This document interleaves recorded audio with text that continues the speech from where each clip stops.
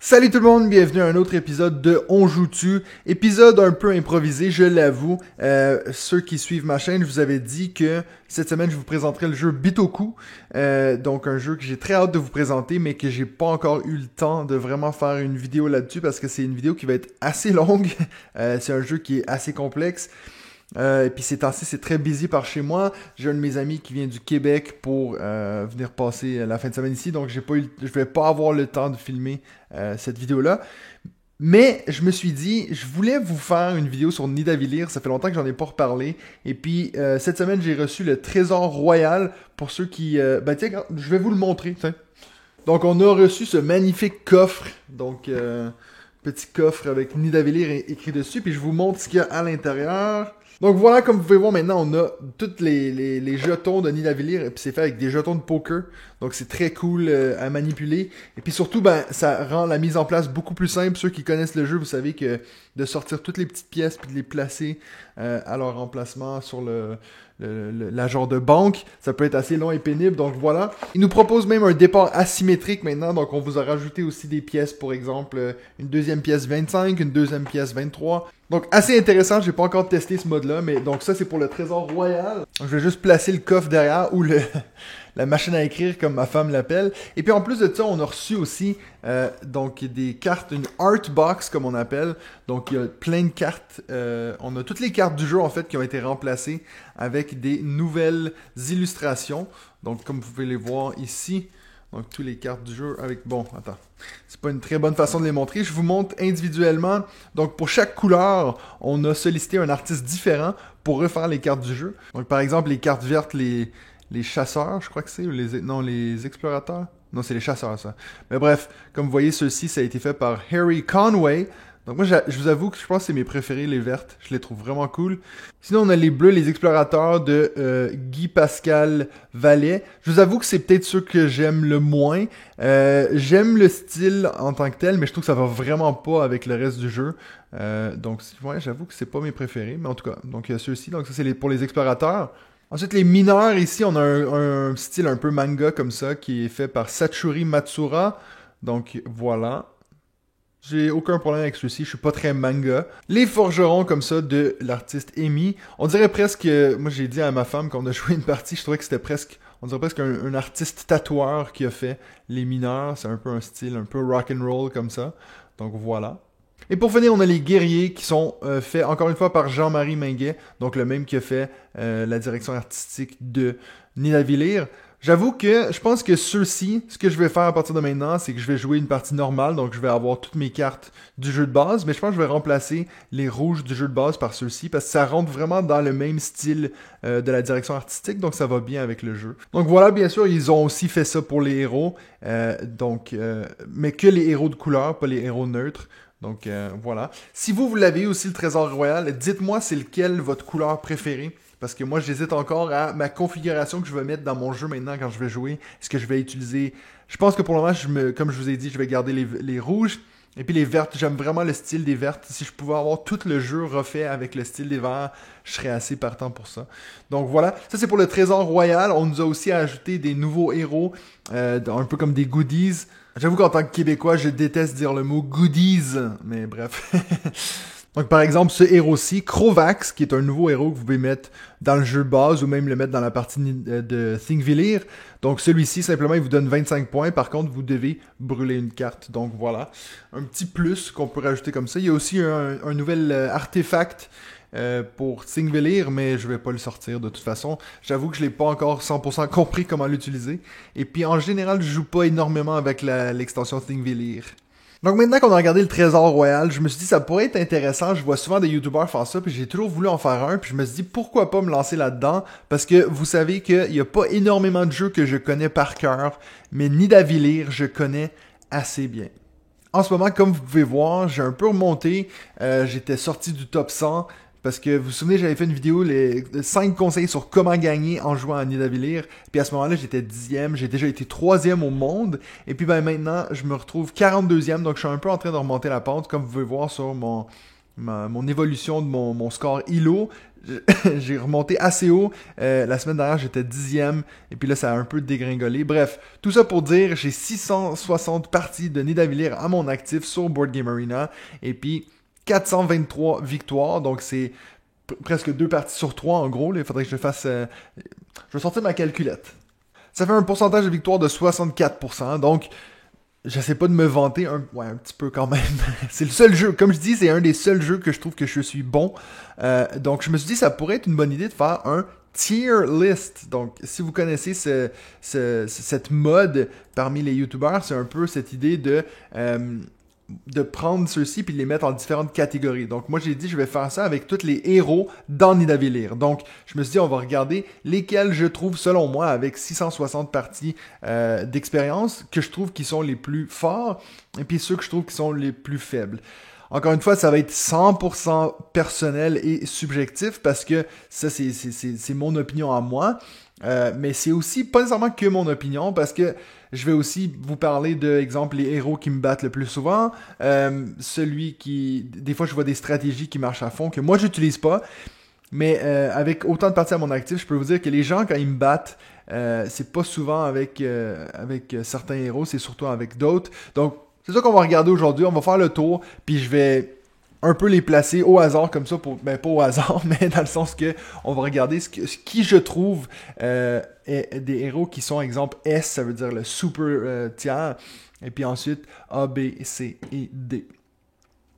Donc ça va pas mal être ça notre épisode aujourd'hui, puis on va voir ce que ça va donner. J'ai jamais fait ça de ma vie, donc on va voir ce que ça donne. Mais moi, c'est ça que j'aime avec cette chaîne, c'est essayer des choses nouvelles, des nouvelles choses, puis explorer qui on est. Je les ai commencés, j'ai pris une photo de tous ces héros parce que j'ai pas réussi à les trouver en ligne. Donc, et puis ils sont arrivés comme ça au hasard, l'ordre est pas prédéfini. Et puis je vais les prendre un à un, puis on va voir où on les place. Et puis je vais peut-être vous donner mon raisonnement sur pourquoi je les place dans ces différentes catégories-là. J'en profite rapidement pour vous demander de vous abonner à la chaîne si c'est pas encore fait. Au moment que cette vidéo-là va sortir, on doit être pas loin des 3000 abonnés. Il y a un concours en ce moment qui tient pour les 3000 abonnés jusqu'à la fin du mois de janvier. Donc ça veut dire que tout ce que vous avez à faire, c'est de, bien sûr, vous abonner à la chaîne. Ensuite, de prendre une photo de vous devant votre ludothèque, m'envoyer ça soit par Facebook, Instagram ou par email, et puis d'écrire de où vous venez. Et puis moi, je ferai le tirage des jeux qu'il y aura à gagner. Donc les jeux qu'il y aura à gagner, c'est les jeux qui ont fini 3e, 2e et 1er sur ma liste top 10 de l'année. Donc, si vous voulez plus de détails sur le concours, allez voir ma vidéo de la semaine dernière qui s'appelle celle où je parle que j'achète plus de jeux. C'est déjà difficile, j'ai déjà plein de jeux dans ma wishlist. Je me dis, mon Dieu, je sais pas comment je vais tenir 3 mois. Donc, on va commencer avec Aegur. Aegur est un héros que je prends parfois, pas énormément, surtout pas quand j'ai les premiers choix, mais je dirais certainement que c'est un... Ouais, écoute, moi je vais le mettre B. On va commencer au milieu comme ça. Je trouve pas que c'est dans les pires, mais c'est pas celui que je prends le plus. Le deuxième héros qu'on a ici, Aral. Alors celui-ci, je serais tenté à le mettre S, mais c'est vrai que... moi, franchement, c'est un des premiers que je choisis tout le temps. Je pense qu'une erreur qu'on fait souvent quand on est débutant à Nidavellir, c'est qu'on néglige les verts. Les verts, franchement, c'est une des couleurs qui peut facilement vous faire gagner. Donc, je vais le mettre A pour le moment. On va voir si je change d'idée. Mais moi, c'est souvent le premier ou le deuxième que je prends. Si j'ai le choix, bien sûr. Mais en général, quand on arrive le temps de prendre notre deuxième héros, il est déjà parti, Aral. Astrid, franchement, c'est un héros que je trouve que les débutants à Nidavellir prennent pas assez. Je vais la mettre dans le A. Parce que, malheureusement, bien sûr... elle ne représente pas une couleur, donc elle vous aide pas à avoir des héros. Mais c'est fou le nombre de fois que j'ai vu des gens prendre, par exemple, Ska avant de prendre Astrid, ce que je trouve fou, parce que même si vous n'avez pas la pièce 25, il y a quand même 8 chances que votre pièce elle vale plus de points que Ska. Donc Ska, on verra quand on va y arriver, mais je comprends pas les gens qui prennent Ska avant de prendre Astrid. Astrid, ça peut facilement vous donner 25 points si vous avez la pièce 25 à la fin de la partie. Il n'y a aucune carte dans le jeu qui vous donne 25 points flat. Donc, clairement, A. Même, je serais presque tenté de la mettre dans le S. Mais pour le moment, on va la laisser dans le A. Bonfur, notre bon ami Bonfur, qui doit donc qui nous donne 3 rangs, mais qui nous demande de brûler une carte. Pour ceux d'entre vous qui avaient vu ma vidéo l'année dernière sur comment gagner à Nidavellir, j'avais dit dans cette vidéo-là que pour moi, la distinction la moins importante, c'était celle des violets. Puis c'est celle que je négligeais sûrement le plus souvent. Puis j'avoue que de plus en plus que je joue, je vois à quel point ça peut vite faire tourner une partie. Et puis ce que j'ai commencé à faire de plus en plus, c'est justement de prendre Bonfur en tant que dernier héros de l'âge 1. Et surtout quand j'essaie de dépasser quelqu'un qui croit qu'il va avoir la distinction des violets. C'est assez satisfaisant de voir quelqu'un qui se prend, exemple, Aegur, qui a 4 ans, puis qui est tout tranquille, puis toi t'en as 2, et puis tu prends Bonfur, tu passes devant, et puis c'est sûr que vous avez toujours une petite carte à brûler en début de partie, un petit 3 rouge ou un petit 0 orange. Donc Bonfur, ça peut vraiment aider parce que d'un coup, ça vous donne 3 rangs, et puis si vous gagnez la distinction, ça vous en fait 5 en gros. Donc Bonfur, je vais aussi le mettre en A. En parlant de héros qui nous font brûler des cartes, Dagda qui nous donne 3 rangs en vert et qui nous demande par contre de brûler 2 cartes. Ça, c'est une que, je vous le dis tout de suite, je la mets direct en S. Si vous jouez comme il faut Dagda, ça peut vous donner la victoire automatiquement. Si vous la prenez en fin de partie et puis que ça vous fait, une fois que ça vous fait dépasser les 100 points avec celle-ci, je vois beaucoup de gens prendre Dagda un peu peut-être parce qu'il reste que ça comme carte, mais que ça leur fait monter à exemple 25 points dans les verts, et puis ils brûlent 2 cartes qui valent 20 points. Donc ça, c'est vraiment inutile. Mais si vous arrivez dans vraiment le bas de la liste des verts, et puis que vous avez par exemple 121 points juste en prenant cette carte-là, il faut vraiment y sauter dessus. Et puis, ok, oui, ça nous demande de brûler 2 cartes, mais en fin de partie, si elle est là, c'est facile de brûler 2 cartes qui valent peut-être un total de 15 points pour en faire peut-être 50-60 points. Donc Dagda, pour moi, si vous la jouez comme il faut, c'est la meilleure carte du jeu. Attention à ne jamais prendre Dagda dans la première manche, donc dans la première âge. C'est vraiment trop risqué de brûler 2 cartes. Ça va vous négliger dans la suite de vos héros. Donc à ne jamais prendre avant l'âge 2. Ensuite, on a les fameux Dwerg. Je vous le dis tout de suite, Dwerg... J'ai jamais gagné une partie avec les Dwerg, j'ai jamais même essayé, mais je peux vous dire que quand je fais des parties avec des joueurs experts, il y a jamais personne qui prend les Dwerg. Je pense que, puis il faut que je vous dise déjà d'emblée, je fais tous mes parties à 3 joueurs. Je trouve que 4-5, déjà c'est déjà assez compliqué de trouver des joueurs, mais ça tourne beaucoup mieux à 3, je trouve. Et puis, je pense que les Dwerg peuvent être intéressants quand on commence à jouer peut-être à 4. Ou à 5, parce que justement on se fait enlever plein de choix d'héros avant que ce soit notre tour, mais les Dwerg, je trouve vraiment pas que ça vaut la peine, ça en prend au moins 3 pour que ça vaille la peine. Toi, à 3 on était rendu à 81 points, mais moi j'ai jamais, je pense que sur mes 660 parties, j'ai peut-être été battu 2 fois par quelqu'un qui a pris un Dwerg, puis c'est parce que vraiment ma partie elle allait pas bien, parce que j'ai jamais vu quelqu'un prendre les Dwerg puis monter dans les 300 points à 3. Donc moi vraiment, je trouve que souvent... Malheureusement, quand je joue contre des joueurs qui sont novices, on voit tout de suite qu'ils sautent sur les Dwerg parce que je pense que c'est peut-être un peu intimidant de voir tous ces choix de cartes, puis ça c'est assez simple. On essaie de collectionner les Dwerg, mais moi les frères Dwerg, je les mets au bas de la liste, je les prends jamais. Ensuite, on a Grid. Grid qui est une carte qui peut... un héros que j'ai utilisé des fois, surtout pour voler la pièce 25. Je pense que c'est ça un peu l'utilité de la carte. C'est que, par exemple, si quelqu'un joue avant moi puis qu'ils vont prendre la pièce 25, on saute sur Grid qui nous donne justement accès à la pièce 25. C'est une stratégie que j'ai souvent employée et puis ça a souvent pas vraiment payé. Oui, j'ai fini avec la pièce 25. Comme je vous ai dit, c'est mon conseil numéro 1 pour gagner la partie, c'est d'avoir la pièce 25. Mais c'est vrai que de négliger un héros pour au final avoir... Oui, ça fait un total de 14 points, mais des fois, c'est le plus 7 de la pièce, c'est pas nécessairement... exemple, on est à une pièce 18 qui devient un 25, on va souvent négliger des petits points là. Donc, je pense pas que c'est la meilleure idée, surtout qu'à ce moment-là, dans la partie, on essaie de créer beaucoup d'héros, et puis Grid nous aide pas à en créer d'autres. Donc, je vais la mettre au C, parce que je trouve que vraiment son utilité c'est dur de l'avoir dans une situation optimale qui nous donnerait par exemple la pièce 25 et puis qui nous négligerait pas dans les distinctions à la fin de l'âge 1. Ensuite, Ouria. Ouria qui est un héros qui vous donne 20 points, mais par contre la contrainte c'est qu'on peut seulement la prendre lorsqu'on a au moins 5 explorateurs. J'avoue qu'Ouria, c'est vraiment le héros à la fin de la partie. Si j'ai pas le choix, je vais la prendre. 20 points, c'est non négligeable, c'est sûr. C'est assez rare que j'ai déjà 5 nains bleus. Mais si c'est le cas, bien sûr, je vais sauter dessus. Surtout si tu fais le combo avec Idun. Donc, dans mon cas, encore une fois, hein, c'est une liste qui est très personnelle. Je vais la mettre en B, Ouria. Idun, pour moi, donc le héros qui donne 7 points et puis 2 points par carte bleue. C'est vraiment un que je prends. C'est drôle parce que je vois souvent les gens la prendre peut-être plus dans l'âge 2.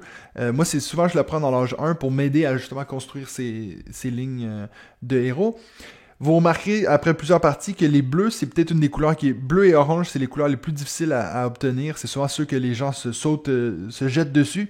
Donc, c'est toujours pratique d'avoir un petit héros pas gratuit comme ça, mais de prendre un petit héros bleu qui nous demande pas grand-chose. Au début, elle va pas valoir beaucoup de points, mais plus la partie avance, plus elle devient forte. Donc, je vais aussi la mettre dans le B, Idun. Ensuite, on a Kral. Kral qui est peut-être mon choix numéro 3 quand mes 2 premiers choix sont plus là. Donc, j'avais dit Aral dans mes 2 premiers choix. Et puis Zoral aussi qui est à la toute fin dans mes 2 premiers choix. Kral, surtout pour l'âge 1, il peut valoir la peine pour gagner cette distinction de la pièce verte. Donc, lui, je vais le mettre ici. Kral dans les A. Mais c'est vrai qu'au final, il ne donne que 7 points. Donc, ça veut dire que si on prend Kral puis qu'il ne nous donne pas l'avantage des pièces en rouge, alors ça ne sert pas à grand-chose. Donc, encore une fois, c'est très circonstanciel. Mais en général, quand j'ai le choix, si j'ai le choix avec tous les héros, c'est souvent dans les 3-4 premières options que je me tournerai vers. C'est Kral. Voilà. Ensuite, Lockdur, je vous le dis tout de suite, je le mets en haut, dans le S. Lockdur, ça serait pour moi, je vous avais dit avant que Dagda c'était la meilleure carte du jeu, si on la joue comme il faut. Lockdur, le problème avec, c'est que il nous aide pas énormément à construire, à monter nos héros, c'est-à-dire qu'il nous donne qu'un rang. Mais par contre, quand vous arrivez à avoir beaucoup de cartes orange, des fois je prends un Lockdur, puis simplement en prenant cette carte-là, ça me fait 35 points de plus parce que j'ai un bon combo avec les oranges. Donc, pour ça, encore une fois, il n'y a pas énormément de cartes dans le jeu qui peuvent vous permettre de, avec un clic, faire au-dessus de 30 points. Donc, c'est pour ça que je mets Lockdur dans les S. S'il est joué comme il faut, il peut être très très puissant. Par contre, j'avoue que c'est pas dans mes premiers choix parce que moi, j'essaie toujours de prendre des héros qui donnent plus qu'un rang. Comme ça, ils nous permettent de, surtout dans le tout début, de faire plus de héros. Mais des fois, ça arrive ce sweet spot où on arrive à le prendre, exemple, au début de l'âge 2, et puis c'est le moment parfait. Donc, Lockdur va rejoindre Dagda dans nos S. Ensuite, Ska. Ska, c'est un peu le héros quand on sait pas trop quoi faire. Je la mets en bas pour la simple raison que j'aimerais que les gens commencent à comprendre que, je l'ai dit avant avec Astrid, je ne comprends pas pourquoi quelqu'un prendrait Ska alors qu'il reste Astrid. Il faut sauter sur Astrid en premier et ensuite Ska. Oui, 17 points, ça peut aider, mais ça, c'est vraiment, vous prenez cette carte-là en dernier recours. Si à la fin, vous avez le choix entre Ska et puis les Dwergs, alors prenez Ska. Mais je pense quand même, franchement, à moins que ce soit vraiment la dernière manche, et puis votre dernier héros à choisir, je pense que vous avez quand même meilleur intérêt à prendre Grid, même si au total, ça vous fait max 14 points. Mais ça peut vous aider dans vos enchères. Donc, Grid est beaucoup plus utile que Ska pour moi. Tara, je la mais en B. 14 points, c'est pas énorme dans ce jeu. La seule raison qu'on la prendrait, ce serait pour nous faire passer devant avec la distinction des rouges pour la fin de partie. Parce que bien sûr, les rouges qui vont nous donner, on va additionner la valeur de notre plus grande pièce. Donc Tara, je la prends simplement dans ce cas-là. Sinon, je vais sauter sur Kral d'abord parce que même s'il vaut moins de points, j'aime mieux me concentrer sur les rangs que sur les points. Donc voilà Tara en B. Ensuite, on a Trude. Trude, je vais aussi la mettre en...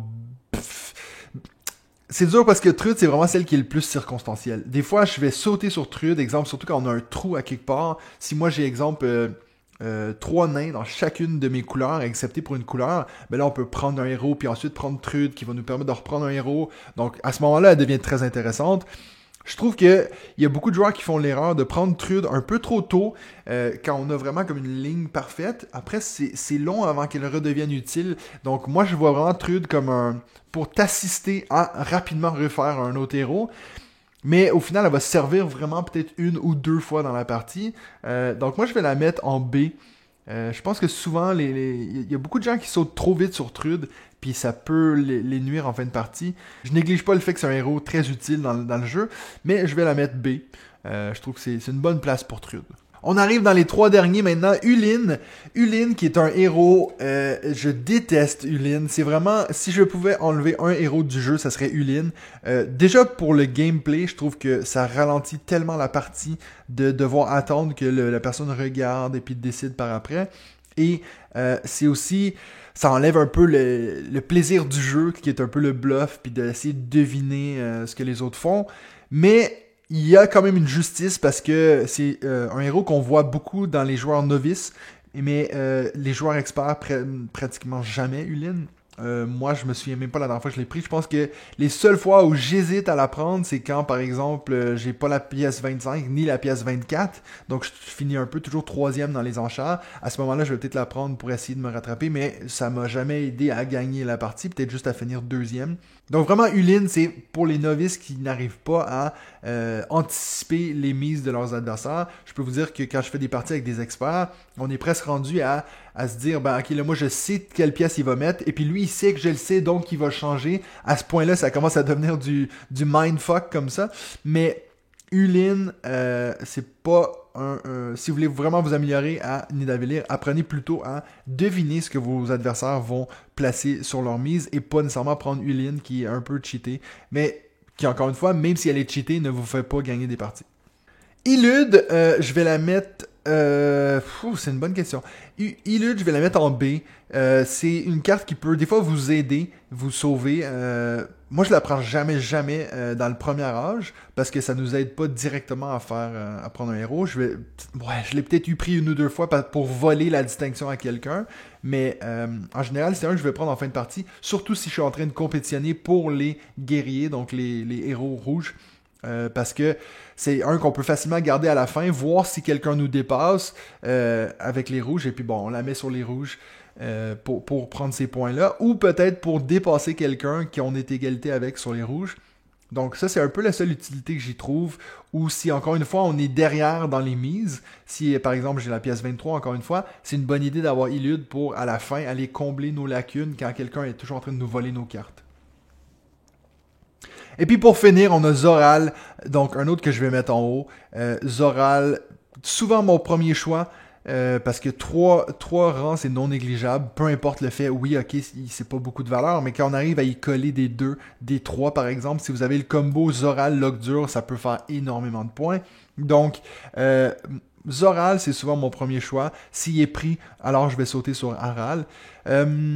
Des fois, quand je joue avec les joueurs experts, je me dis je vais d'abord sauter sur Aral, parce que souvent les experts, ils vont se concentrer sur du vert, parce qu'ils savent à quel point ça peut rapporter beaucoup de points en fin de partie. Mais Zoral, ça reste que d'avoir 3 rangs, surtout en tout début de partie, ça peut vraiment aider à combler nos lacunes, puis faire beaucoup plus de héros. Donc voilà, si je regarde ma liste, je suis assez content avec ma liste. Je pense que ça représente bien comment moi je joue. Si jamais vous jouez une partie en ligne avec moi, parce que je fais environ 2 parties de Nidavellir par jour, et puis malheureusement, il n'y a pas beaucoup de monde qui joue à Nidavellir. Des fois, ça peut être très long avant que je trouve des gens à jouer en temps réel.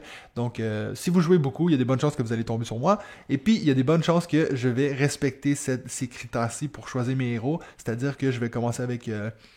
ceux qui sont en S et A, et ensuite je vais passer à B. Puis C et D, franchement, je les prends jamais. Donc voilà, j'ai très hâte de voir dans les commentaires. J'aimerais que vous me disiez, est-ce que vous êtes d'accord avec cette liste-là pour ceux qui jouaient beaucoup à Nidavellir? Et puis sinon, ben bien sûr, j'ai aussi envie de savoir pourquoi vous n'êtes pas d'accord avec moi. J'ai pas fait les héros de Thingvellir, j'ai pas joué énormément à Thingvellir, puis j'avoue qu'il y a des héros que j'ai jamais utilisés, puis ben, bien sûr je sais ce qu'ils font, mais je vois pas à quel point ça peut affecter la partie.